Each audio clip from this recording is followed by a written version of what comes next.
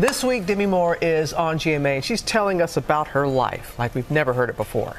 Today, she talks to Diane about her marriages to Bruce Willis and Ashton Kutcher, and how the old fears from her turbulent childhood caught her by surprise. At 63, Demi Moore is looking back on one of the most talked about relationships of her life, her marriage to Ashton Kutcher.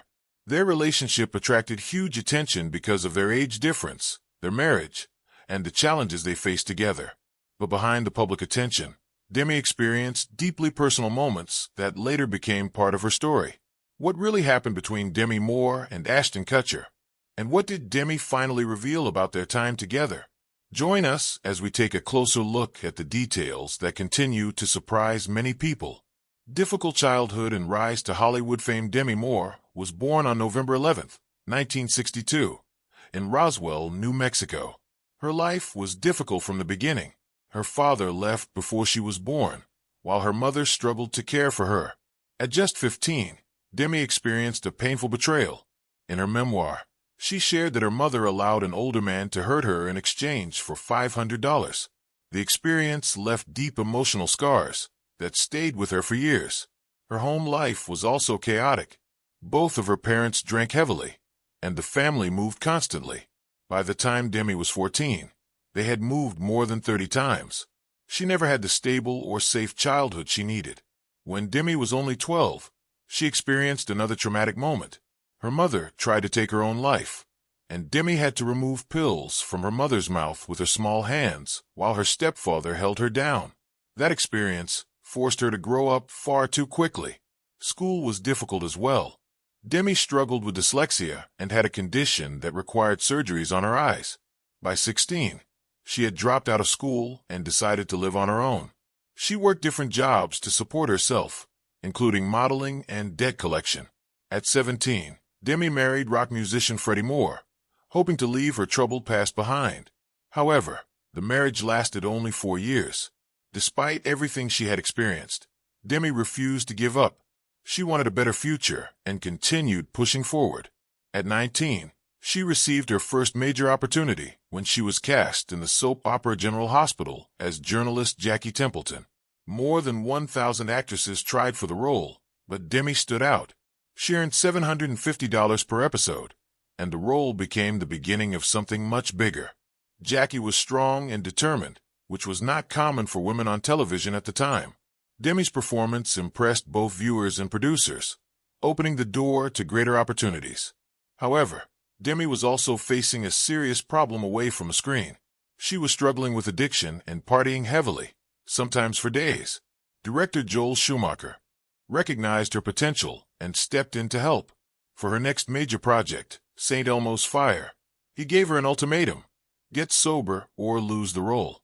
Demi chose to fight her addiction and succeeded.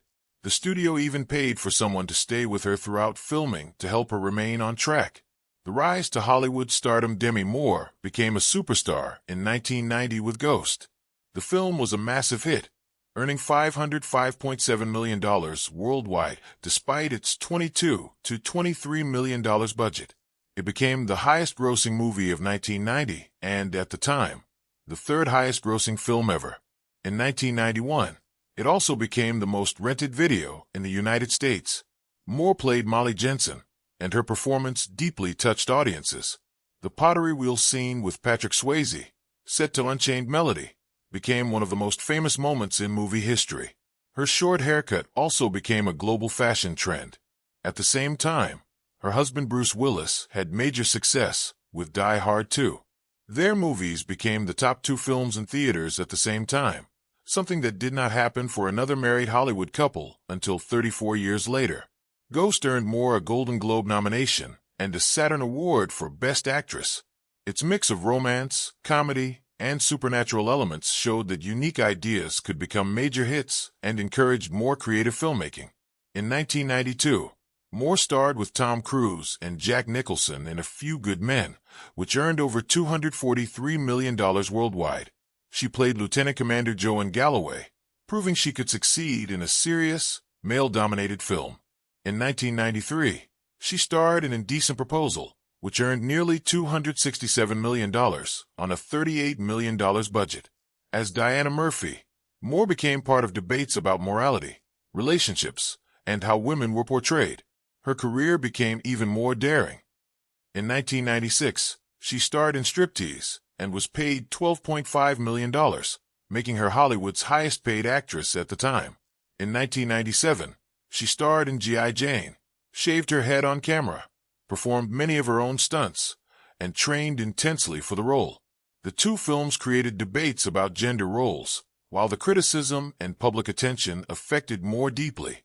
The hard choices behind her career. In her 2019 memoir, Demi Moore shared that this period marked the beginning of a difficult time in her personal life, including struggles involving substance abuse and body image issues. Her life had already taken a major turn when she married musician Freddie Moore at just 17 years old on February 8, 1980. The marriage was not based on love. Instead, Demi later explained in her memoir, Inside Out, that she saw it as a way to escape the pain of losing her stepfather. She admitted that the decision came from a difficult place in her life. In fact, the night before the wedding, rather than feeling excited or happy about getting married, she was on the phone with another man she had met on a movie set. Even before the marriage officially began, Demi felt that the relationship might not work. She took Freddie's last name and eventually used Moore as her stage name, a name that remained with her throughout her career. During their marriage, Demi and Freddie also worked together on music, including songs such as It's Not a Rumor, which became a small hit. However, the relationship remained difficult. Demi was still very young and was trying to understand who she was while also being in what was essentially a grown-up relationship. She later acknowledged that she had sabotaged the marriage herself because, deep down, she knew it was not right for her. The marriage ended in 1985, but it left a lasting mark on Demi. The experience influenced how she viewed love, trust, and even herself as she continued to grow personally and professionally.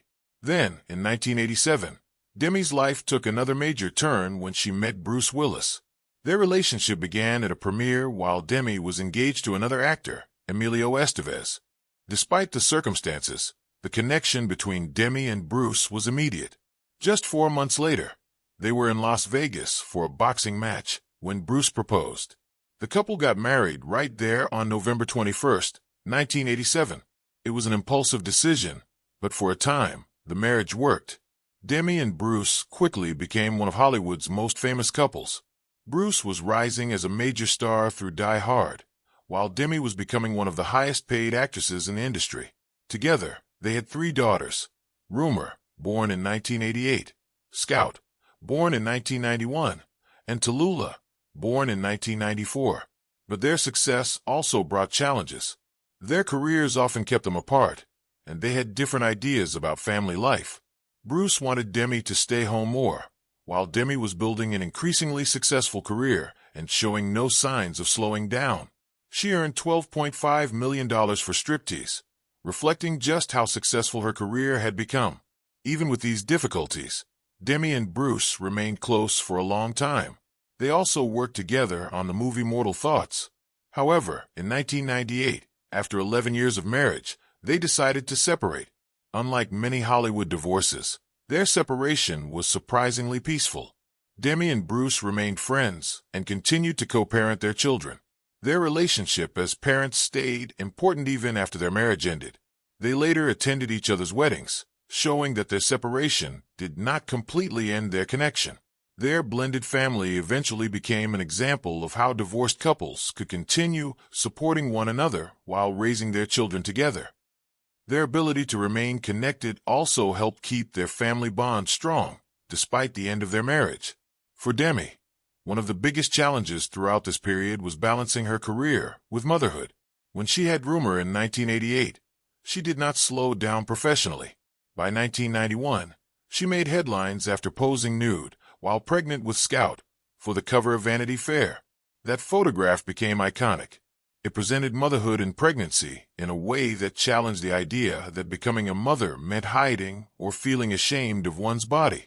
At the same time, Demi continued working hard to make her career fit around her responsibilities as a mother. Her efforts were especially clear during the making of G.I. Jane. She had a nursery built on the set for her youngest daughter, allowing her to remain closer to her child while continuing her work.